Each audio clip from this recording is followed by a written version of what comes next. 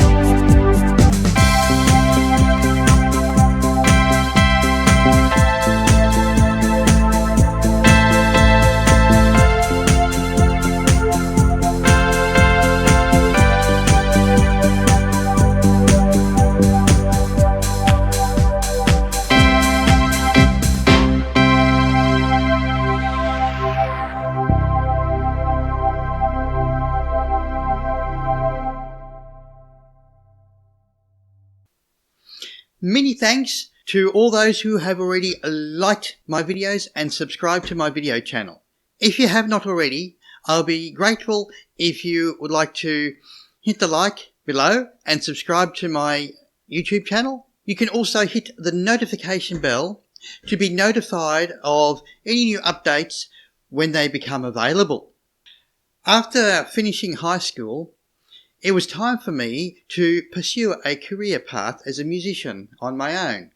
Having heard and also been advised how challenging it can be to be successful as a musician, I also decided to pursue a secondary career path in IT. This proved to be a wise decision, as I'm still trying to find some success as a musician today. During the 1990s, I played some one-time gigs at some local German clubs, playing German folk music and German Christmas carols during the festive season. These were one-time fill-in gigs to fill in for regular musicians who normally played at these clubs who were absent at the time. This was the first time I had to manage on my own the logistics of transporting my instruments and equipment to and from venues, including setting up the instruments and equipment and doing the sound checking. Previously, I had always had instruments and equipment already transported and set up for me at venues, and they had already been sound checked, and all I needed to do was attend and perform. I discovered just how challenging and costly it can be to transport a large bulky instrument like an organ to and from venues. Firstly, due to its size, it won't fit on the back seat or in the boot of a car. A van or a truck is required. Additionally, extra people are required, as the instruments, being so large and heavy, it cannot be moved by one single person. On one occasion, I was invited to play a gig at a German club in a small country town. I was advised that they already had an organ there at the venue, and that all I needed to do was turn up and play. So I arranged to meet with the organiser a short time prior to the commencement of the event to be shown around and to view the instrument.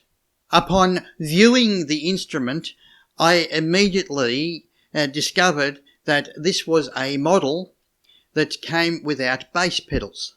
This was a huge problem, as my organ playing at the time was based around the use of organ bass pedals. Suddenly realising that there was no time to remedy the situation, I attempted to adapt my playing to accommodate the absence of the bass pedals. This proves very difficult. If you could imagine playing German polkas and waltzes that require the oompa oompa oompa pa, where bass pedals are absolutely essential. Despite all my best efforts, my performance did not go very well. In fact, it turned out to be a complete disaster. This taught me a valuable lesson. It taught me to make sure that I was always well prepared, well in advance, that I make sure to travel to the venue and view all instruments and equipment at the venue well in advance, to view where the instruments and the stage, where everything will be set up and where the gig will be performed well in advance, so that there'll be plenty of time to make alternative arrangements to remedy any possible issues well before the commencement of the gig. Had this been done in the previous instance, where I played at the country town where I had a disastrous gig, then I would have been able to make arrangements to have my own instrument transported to the venue, and the performance would have turned out to be much more successful than it was.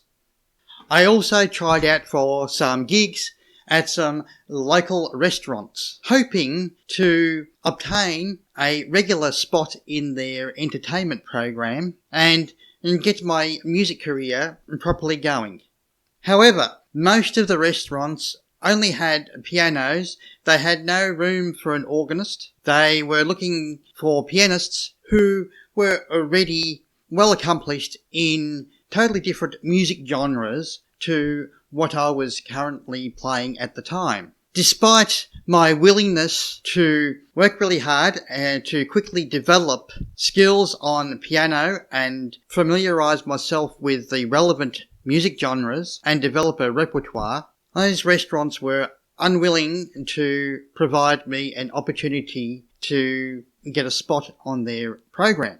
There were a couple of restaurants where organists could go and play some gigs.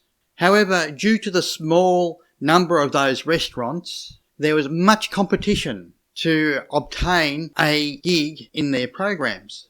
As a result, the programs were already saturated with existing musicians that were playing at those restaurants, including a long list of musicians already on the emergency fill-in list. As such, I was unable to obtain any opportunities to get a look in to any of the gigs or even the emergency fill-in list to cover for any musicians that were unable to do their gigs. So I was turned away from these restaurants, left to ponder or work out what to do next. That's all for this episode. Thanks for watching, and make sure you like and subscribe below. Remember, you can always hit the notification bell to be notified of any new updates when they become available. Stay tuned for the next episode. Until then, catch you then.